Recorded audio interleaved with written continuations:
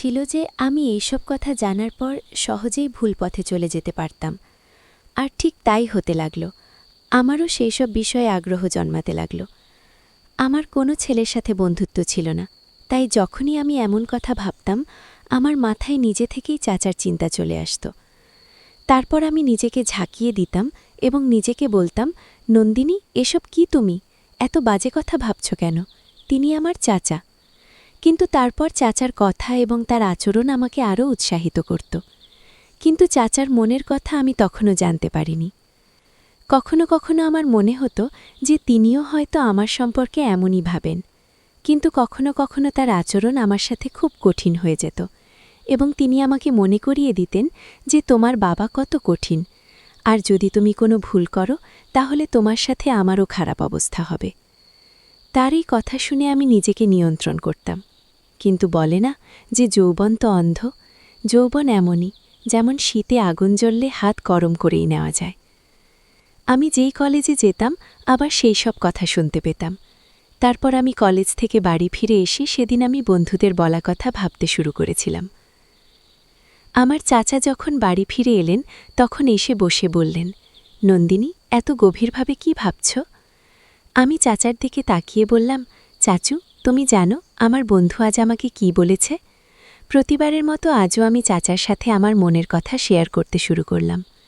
ছোটবেলা থেকেই আমার অভ্যাস ছিল যে আমি আমার সব কথা চাচাকে বলতাম, তা যে কোনো বিষয় হোক না কেন। চাচাও আমাকে ওপর থেকে নিচ পর্যন্ত দেখে বললেন, হ্যাঁ, বল, তোমার বন্ধু তোমাকে কি বলেছে? আমি বললাম, আমার বন্ধু আমাকে বলছিল যে ইন্টারনেটে অনেক ধরনের ভিডিও আছে যেখানে সব ধরনের তথ্য পাওয়া যায়। তাই আমি বলছিলাম যে তোমার কাছেও তো মোবাইল আছে এবং নেটের প্যাকেজও লাগানো আছে, তুমিও নিশ্চয়ই সেই ভিডিওগুলো দেখেছ, তাহলে আমরা দুজনে মিলে ভিডিও দেখে উপভোগ করি না কেন? আমি এই কথা বলার সময় আমার মুখ চাচার কাছাকাছি এনে ফিসফিস করে বললাম। তিনি বিস্মিত চোখে আমার দিকে তাকালেন, যেন তিনি আমাকে খুব ভালোভাবে বকা দেবেন। কিন্তু হঠাৎ তিনি আমাকে খুব গভীরভাবে দেখলেন এবং মনে মনে কিছু সিদ্ধান্ত নিলেন। তারপর হাসলেন এবং খরগোশের মতো ভঙ্গিতে বললেন, দেখো, এমন কথা তোমার বাবার সামনে বলো না, হলে তোমার বাবা তোমার তো খারাপ অবস্থা করবেই, কিন্তু আমাকেও বাড়ি থেকে বের করে দেবে, কারণ আমি তোমার দায়িত্ব নিয়েছি এবং তারপর আমার থাকার সমস্যা হবে।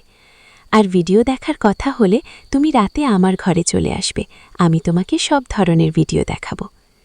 চাচার চোখে এক চমকপ্রদ সারারত ছিল, যা আমি তখন বুঝতে পারিনি।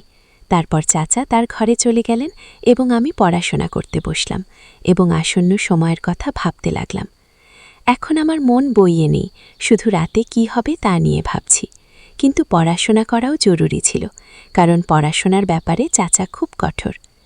তিনি আমাকে বলতেন, সবার আগে তোমার পড়াশোনা, বাকি মজা পড়ে, এবং তিনি বলতেন, যদি তুমি পড়াশোনায় ভালো থাকো তাহলে তোমার বাবাও বুঝবে এবং তোমার স্বাধীনতার দরজা খুলে যাবে। তার এই কথা আমার কাছে একদম ঠিক মনে হতো, তাই আমি আমার মন থেকে সব কথা বের করে দিলাম এবং মন দিয়ে কলেজের কাজ করতে লাগলাম এবং দ্রুত সব কাজ শেষ করে দিলাম। যত রাত ঘনিয়ে আসছিল আমার মনেও উৎসাহ বাড়ছিল। যখন আমি সব কাজ থেকে মুক্ত হলাম তখন রাতে আরাম করে চাচার ঘরে চলে গেলাম। আমি যখন ঘরে ঢুকলাম চাচা মেয়েদের ম্যাগাজিন দেখছিলেন। আমাকে দেখে তিনি হাসলেন এবং ম্যাগাজিন লুকিয়ে ফেললেন। শীতকাল চলছিল এবং দিন দিন শীত বাড়ছিল। আজ রাতটা খুব শীত ছিল, তাই আমি গিয়েই চাচার বিছানায় গিয়ে তার পাশে বসে বললাম, এখন দ্রুত আমাকে সেই ভিডিওগুলো দেখাও, না হলে বাবা আসার সময় হয়ে যাবে। চাচাও সময় নষ্ট না করে আমাকে ভিডিও দেখাতে শুরু করলেন। ভিডিও দেখার সাথে সাথে আমার ভেতরে কিছু পরিবর্তন অনুভব করতে লাগলাম। কিন্তু কাকতালীয়ভাবে আমরা মাত্র কয়েকটি ভিডিও দেখেছি যে বাবা আমাদের ঘরে চলে এলেন। বাবা এসেই আমাকে বললেন, এত রাতে চাচার ঘরে কি করছো? চলো, তোমার ঘরে চলে যাও। বাবা খুব কঠোর মেজাজের ছিলেন এবং আমি তাকে খুব ভয়ও পেতাম। তাই বাবা কঠোর সুরে বলা মাত্র আমি সব ভুলে গেলাম এবং দ্রুত আমার ঘরে চলে এলাম। আমি ভেবেছিলাম যে বাবা চাচার ঘর থেকে বের হয়ে তার ঘরে যাবার পর আমি আবার চাচার ঘরে চলে যাব।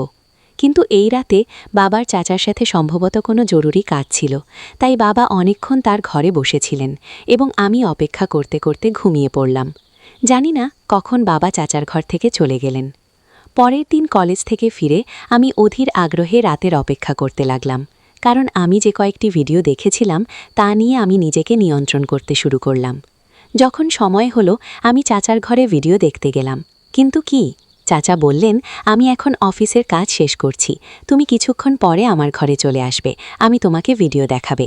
আমি সকাল থেকেই ভিডিও দেখার জন্য অধীর হয়ে উঠেছিলাম, তাই চাচার উপর একটু রাগ করে বসে রইলাম। আমার মোবাইলে নেটের প্যাকেজ লাগানো ছিল।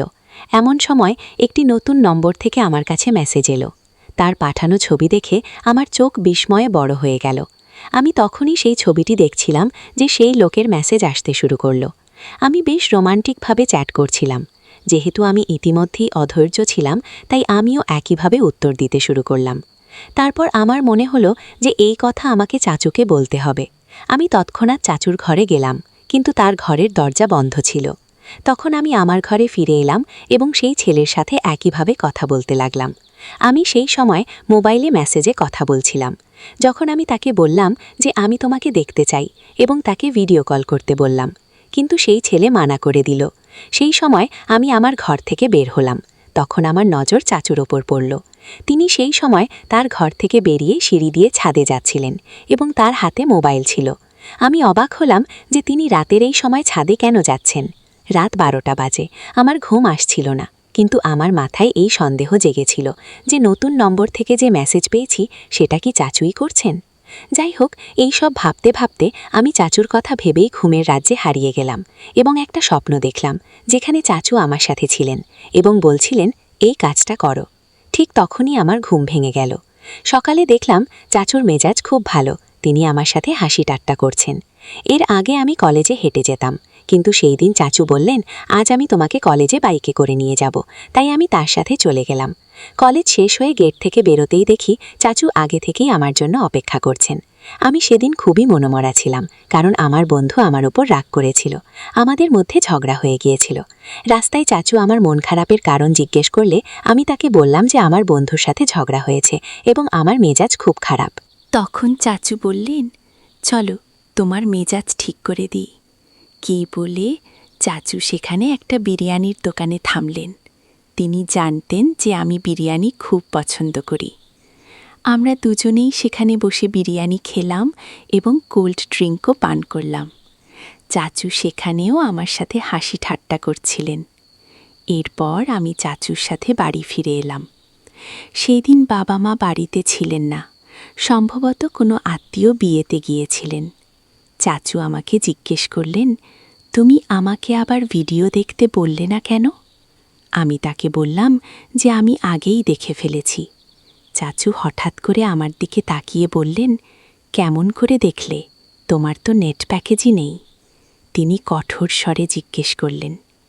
আমি তাকে বললাম যে আমার একটা নতুন বন্ধু হয়েছে, সে পাঠিয়েছিল। আমি রাতে আপনাকে বলতে এসেছিলাম, কিন্তু আপনি ঘুমোচ্ছিলেন।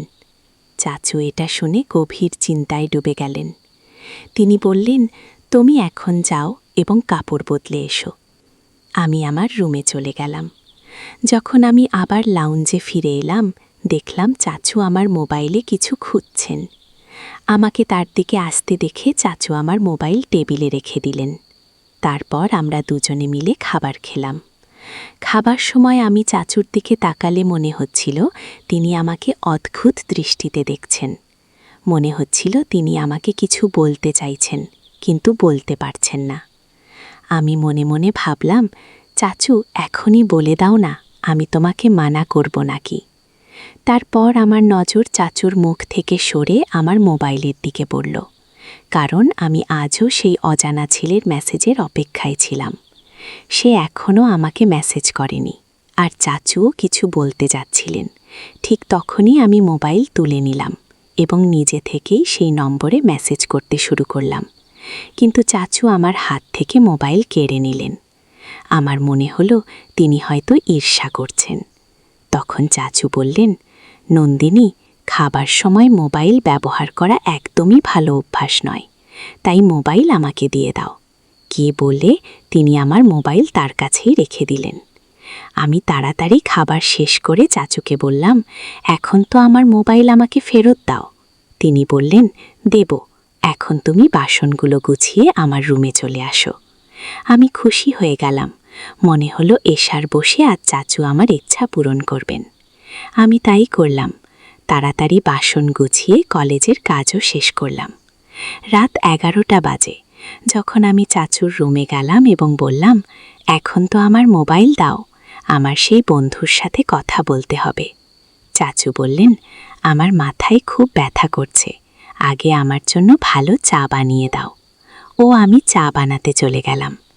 কিছুক্ষণ পরে চা বানিয়ে রুমে এসে টেবিলে রেখে দিলাম এবং ফিরে যাওয়ার জন্য ঘুরলাম। ঠিক তখনই চাচু আমাকে বাহু ধরে বললেন, আজ রাত তুমি আমার রুমেই থাকো। আমি নিঃশব্দে তার দিকে তাকিয়ে রইলাম, কারণ আজ রাতে আমার সেই ছেলের সাথে ভিডিও কলে কথা বলার কথা ছিল। আমি ইচ্ছা করে চাচুকে বললাম, আমি আমার রুমে যাব, এবং বাহু ছাড়িয়ে রুম থেকে বেরোতে গেলাম। কিন্তু চাচু আমাকে যেতে দিলেন না এবং কঠোর স্বরে বললেন, আমি যা বলেছি তাই করো।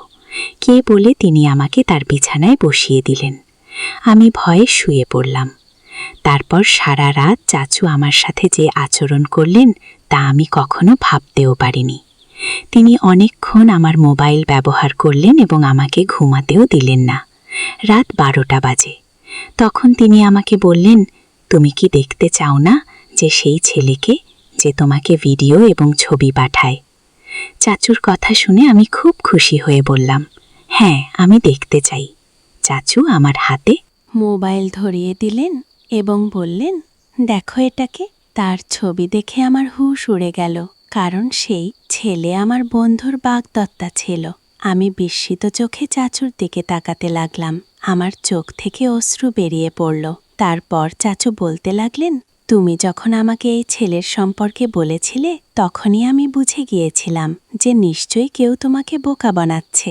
তাই আমি তোমার মোবাইল থেকে নন্দিনী সেজে সেই ছেলের সাথে কথা বলা শুরু করলাম। সে তোমার ছবি বানিয়ে সোশ্যাল মিডিয়ায় পোস্ট করতে যাচ্ছিল। যদি আমি তাকে ভয় না দেখাতাম এবং ধমক না দিতাম তাহলে তুমি ধ্বংস হয়ে যেতে এবং পরিবারের সম্মান নষ্ট হতে পারত। আর তোমার বাবা তোমার এবং আমার চেয়ে পরিণতি করতেন তা আলাদা।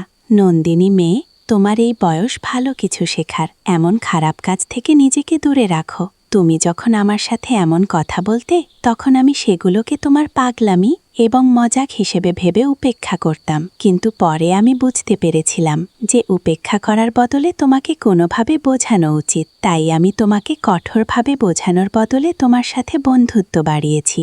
যদি সেই সময় আমি তোমাকে কঠোর ভাষায় বোঝানোর চেষ্টা করতাম তাহলে হয়তো তুমি বুঝতে পারতে না, বরং রাগ করে ফেলতে। তখন তুমি আমার সাথে কথা শেয়ার করতে না এবং আমার থেকে দূরে সরে গিয়ে অন্য লোকের জালে পড়ে যেতে। চাচুর কথা শুনে আমি ফুটে ফুটে কাঁদতে লাগলাম। তিনি আমাকে সান্ত্বনা দিয়ে শান্ত করালেন এবং বোঝালেন যে আমি কলেজে এমন মেয়েদের সাথে বন্ধুত্ব করব যারা পড়াশোনায় ভালো, খারাপ কাজে নয়। আমি চাচুকে বললাম যে আমি এখন শুধু আমার পড়াশোনায় মন দেব, এমন ছেলে মেয়েদের খারাপ কাজে আর কখনোই জড়াবো না। বন্ধুরা, আজকের দিনে মা বাবা তাদের সন্তানদের সাথে সব কথা শেয়ার করার অনুমতি দেন না।